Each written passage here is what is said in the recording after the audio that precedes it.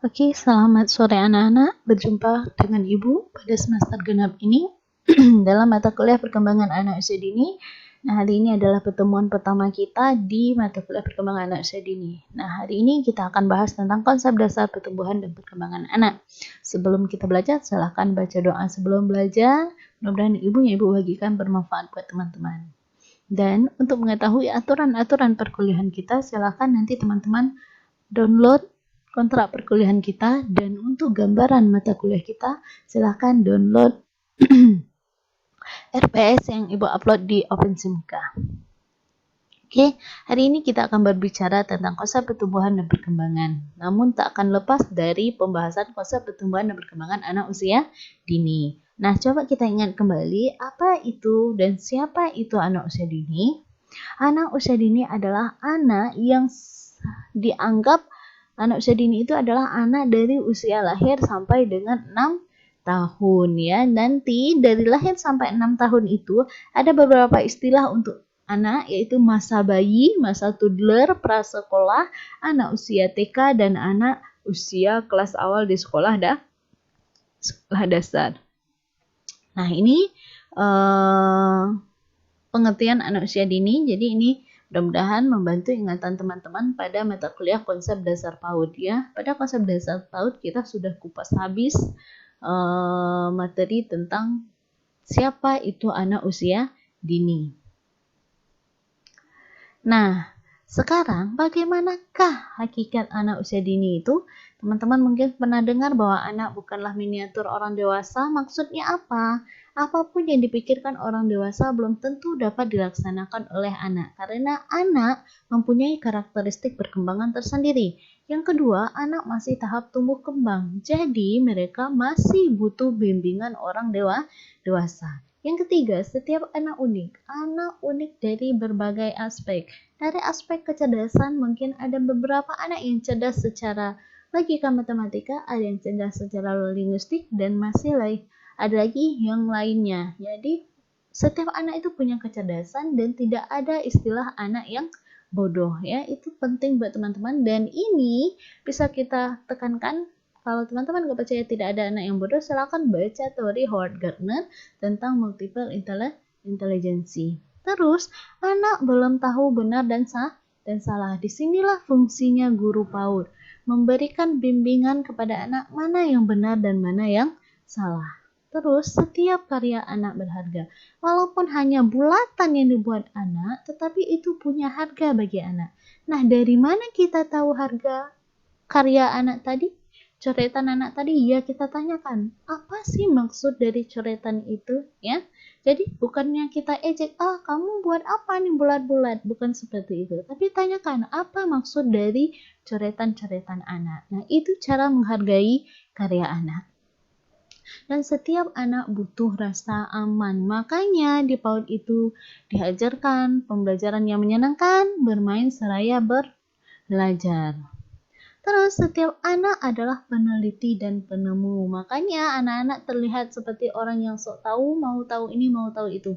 Kenapa? Dalam diri mereka ada jiwa peneliti dan penemu. Nah, kita tahu masa usia dini itu adalah masa golden age. Makanya pada masa ini anak-anak butuh pengasuhan dan perawatan serta stimulasi pendidikan. Nah, kenapa? Karena 90% potensi manusia itu tumbuh dan berkembang di masa golden age ya. Itu adalah hingga usia 4 tahun, itu sangat pesat pertumbuhan anak. Terus jika terjadi kegagalan dalam pola pengasuhan di usia dini dan golden age ini, maka akan berimplikasi pada gagalnya masa remaja dan dewasanya. Maka hati-hati kita menghadapi anak usia dini. Terus pertumbuhan dan perkembangan fisik dan mental manusia relatif tidak berbanding lurus atau tidak seimbang, maka harus dikawal, diasuh secara proporsional. Kenapa? Anak usia dini itu unik. Nah, sekarang baru kita lihat apa itu pertumbuhan dan perkembangan. Kenapa? Mata kuliah perkembangan anak usia dini ini akan membahas secara tuntas tentang pertumbuhan dan perkembangan anak usia dini. Nah, sekarang kita harus tahu dulu konsep pertumbuhan itu apa. Ya, jadi proses pertumbuhan itu adalah perubahan fisik yang terjadi pada individu yang meliputi penambahan berat badan dan penambahan tinggi badan dan berat badan, ya. Nah, jadi pertumbuhan itu lebih ke arah fisik, ya. Sedangkan perkembangan adalah perubahan pada aspek fisik maupun psikis. Nah, apa yang terjadi pada perkembangan? Adanya perubahan kualitas kemampuan. Kualitas kemampuan yang selalu meningkat. Contohnya apa? Contohnya merangkak ke berjalan. Itu adalah sebuah proses perkembangan, ya. Nah, sekarang pertanyaannya, ada nggak perbedaan pertumbuhan dan perkembangan? Nah, coba kita lihat. Apa perbedaan pertumbuhan dan perkembangan? Pertumbuhan itu terjadinya pada perubahan fisik. Bisa jadi ke jumlah sel yang bertambah, ukuran badan yang bertambah, kuantitatif sifatnya bertambah tinggi, bertambah berat gitu ya.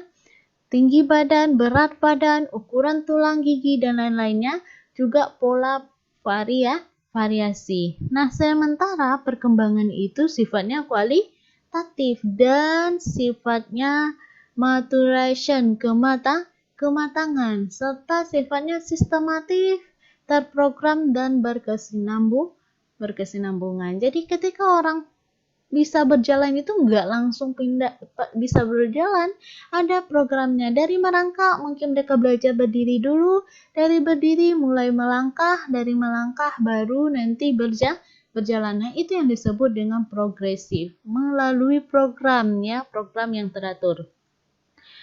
Terus di dalam proses perkembangan anak usia dini kita juga mengenal yang namanya istilah kemasakan psikologis.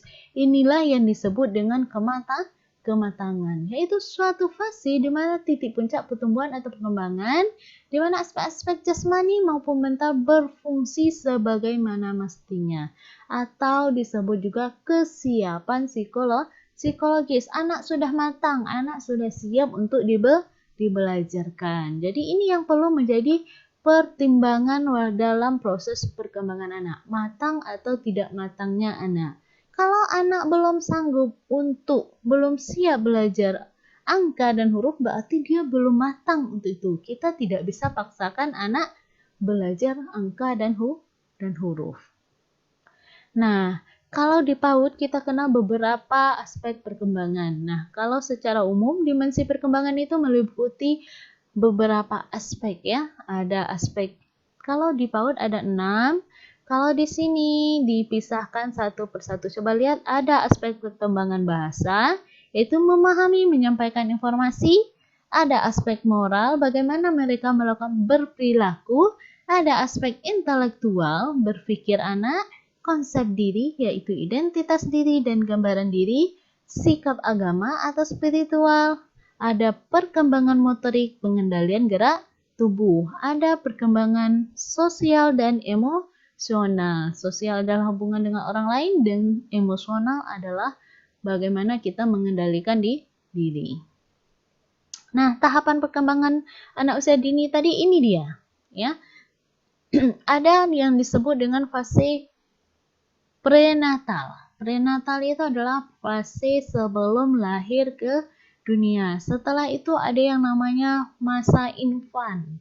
Masa infan itu adalah usia 0 sampai 1 tahun. Nanti ada masa toddler. Masa toddler ini adalah 1 sampai 3 tahun. Dan ada masa prasekolah atau preschool. Usia berapa? 3 sampai 6 tahun. Nah, inilah tahapan perkembangan yang akan kita bahas nantinya. Bagaimana perkembangan anak dalam kandungan, bayi, toddler, dan anak prasekolah, ya. Nah, karakteristik umum perkembangan anak itu, yang pertama, anak itu masa tumbuh dan berkembang, terus mereka hobinya meniru, peka terhadap rangsangan, jadi sedikit kepo, mereka apapun yang mereka lihat, dengar, mereka pasti ingin tahu, terus iramanya alamiah, tidak bisa dibuat-buat ya. Kalau mereka sudah saatnya berjalan, mereka akan mencoba berdiri-berdiri, melangkah-melangkah, baru berjalan. Jadi iramanya alamiah. Tidak ada, oh usia 1 tahun anak harus pandai begini, enggak. Masing-masing anak mengalami perkembangan dan pertumbuhan yang berbeda-beda. Ada yang hampir sama, ada yang jauh berbeda. Terus anak biasanya di masa-masa anak usia dininya 3-4 tahun mereka adalah anak-anak yang penuh dengan kemandirian ya. Terus memiliki harga diri, jadi anak-anak nggak bisa diremehkan juga ya. Mereka minta dihargai. Yang namanya juga disebut dengan egosentris. Mungkin teman-teman masih ingat apa itu egosentris? Ya, segala sesuatu berpusat pada anak. Terus belajar melalui indera dan bekerja. Mereka suka melakukan segala sesuatu dan lebih memfungsikan panca indera mereka. Nah, yang dominan adalah pada masa sensori motorik. Mereka banyak memfungsikan panca indera. Terus mengulang hal yang disukai. Ya, mungkin anak terlihat sama kita makan hal yang sama. Mungkin dia suka kepada hal tersebut dan melakukan berulang-ulang. Terus anak itu lebih menyukai proses daripada hasil. Ya. Nah, ini karakteristik umum perkembangan anak. Nah, selanjutnya, apa sih gunanya kita mengetahui perkembangan anak? Pertama adalah agar kita bisa membantu jalannya pertumbuhan dan perkembangan anak, karena anak itu memiliki harapan-harapan untuk pertumbuhan dan perkembangannya. Jadi kita bisa membantu harapan-harapan yang diinginkan anak. Yang kedua adalah membantu menyusun pedoman dalam bentuk skala tinggi berat. Jadi kita bisa nanti buat manajemen atau menyusun pedoman untuk perkembangan si anak, dari perkembangan maupun pertumbuhannya. Kalau perkembangan itu skala tinggi, berat gitu, usia dengan perbandingan usia dengan tinggi, usia dengan perkembangan mentalnya, perkembangan sosial dan emosionalnya. Terus membantu sebagai bentuk pedoman dalam proses pembimbingan agar kita mampu memberikan bimbingan yang tepat untuk anak. Terus kita bisa mempersiapkan anak dalam menghadapi perubahan. Kenapa? Akan terjadi perubahan-perubahan dalam diri anak nantinya. Nah, 10 prinsip perkembangan.